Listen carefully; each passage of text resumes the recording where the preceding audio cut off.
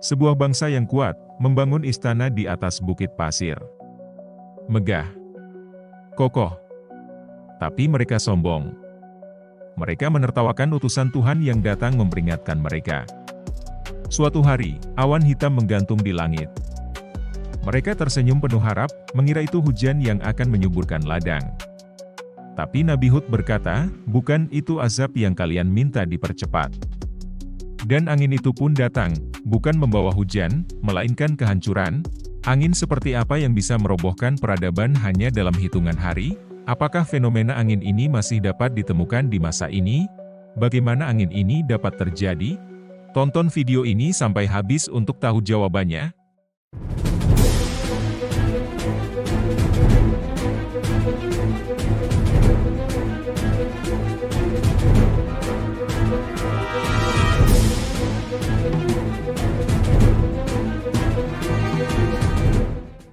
Gak terasa ya, seminggu lagi Ramadan akan berakhir. Bulan penuh rahmat ini sebentar lagi pamit. Yuk, manfaatkan sisa hari yang ada untuk memperbanyak ibadah, zikir, dan muhasabah diri. Mumpung pintu ampunan masih terbuka, jangan disia-siakan. Karena dalam sejarah, banyak kaum terdahulu yang juga diberi waktu, diberi kesempatan, tapi mereka justru menyia-nyiakannya. Salah satunya adalah kaum Ad. Nabi Hud diutus kepada mereka, bangsa perkasa yang tinggal di lembah Al-Ahqaf. Mereka dikenal tangguh dan gemar membangun bangunan megah di atas bukit pasir. Tapi kekuatan itu membuat mereka angkuh.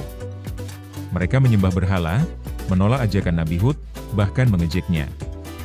Hingga akhirnya, Allah mengirimkan angin sangat dahsyat, yang menghancurkan apapun yang dilewatinya. Angin itu terus menderu selama 7 malam 8 hari tanpa henti. Ketika semuanya usai, hanya puing dan kehancuran yang tersisa. Dalam Al-Quran, angin ini disebut Ar-Rih Al-Aqim, angin mandul yang tak membawa kehidupan.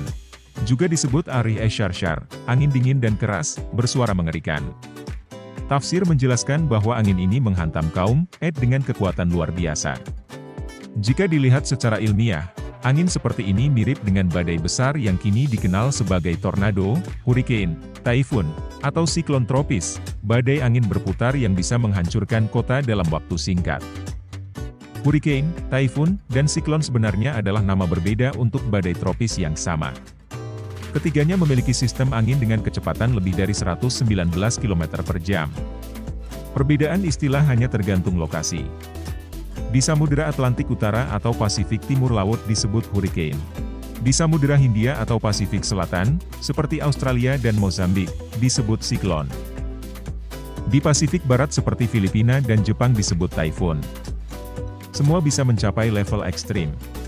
Hurricane kategori 5 misalnya, mampu membawa angin lebih dari 252 km per jam dan menyebabkan kerusakan besar. Dampaknya pun nyata. Di Amerika Serikat, badai Helen berlangsung selama beberapa hari dan memicu banjir hebat di beberapa negara bagian Tenggara, menyebabkan kerugian mencapai 78,7 miliar dolar Amerika dan sedikitnya 248 kematian.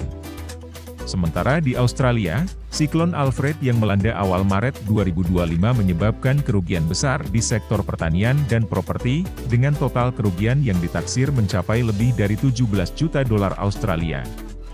Badai ini memicu hujan lebat, banjir, serta kerusakan infrastruktur di wilayah pedalaman New South Wales.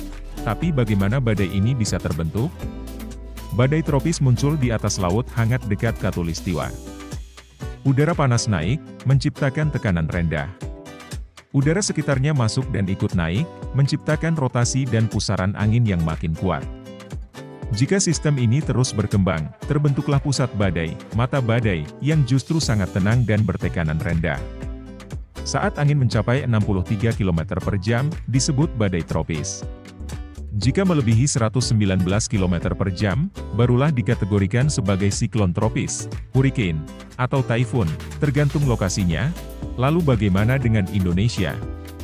Secara geografis, Indonesia berada di garis Khatulistiwa, terlalu stabil untuk membentuk badai tropis besar.